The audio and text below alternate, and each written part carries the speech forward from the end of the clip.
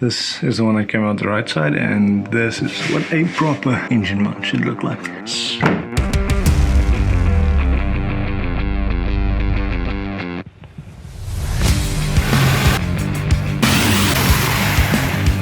The thing about the engine mounts being worn down is the steering wheel shake. I'm not sure you'll be able to see it. I think my camera's smoothing it out. Let me put the camera up against the steering wheel and you should be able to see. So looking at the left side of the vehicle, this is the engine mount. There's two bolts at the top here that hold the engine onto the mount, and there are two bolts down here and here on each side that hold the mount onto the chassis. So I'm just going to loosen these top bolts first, which should give me access after jacking the motor up to get to these bolts here. I don't like the sound that jack's making, but anywho, let's try and get this one free. I'm going to do the double-handed two-finger method.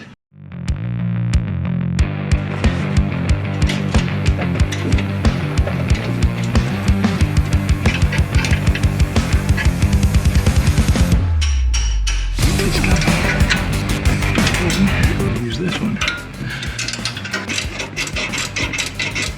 It's finger braking. Isuzu-ish. Need some torque on it.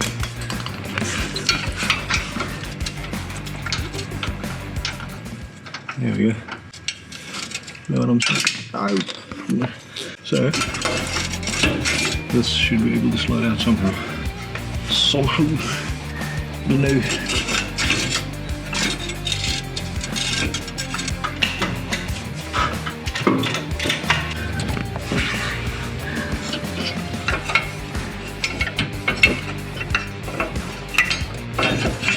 Let's play.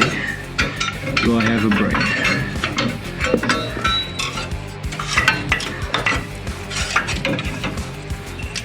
I've got my new mount, and this is the old one. So if you take a look in here, you can actually see that this rubber piece touched over there. If you check on the other side, there's a nice crack on that side. So this one was ready to let go, and if I put it next to the new one, there's a few millimeters in it. I'd say like 5 millimeters. The mount in first, if that'll happen.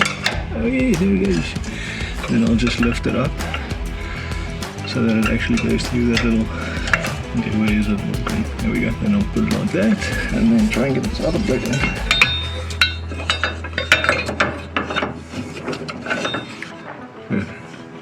If you can just stay there for me, please. Get that out of the way. Try and get this plate in somehow. Okay. I can't really remember. Damn it. Yeah, fool.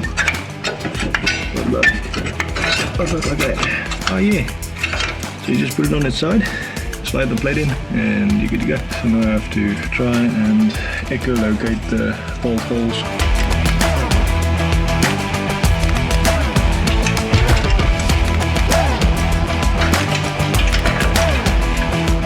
Why is this here? Can you bugger off, please?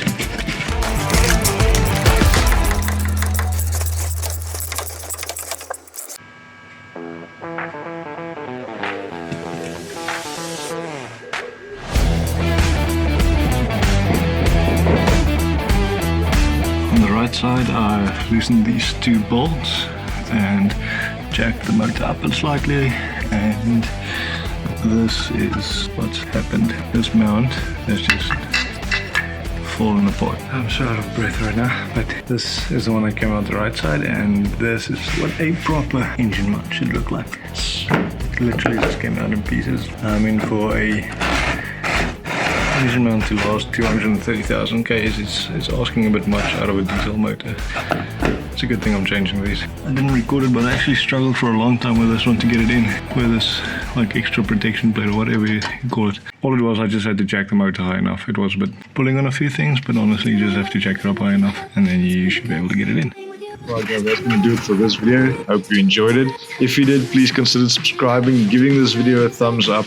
Maybe even share it with your friends. Then they can see you'll be confident enough to pull them out of strife without worrying that your motor's going to jump out of the engine bay. Holy shit!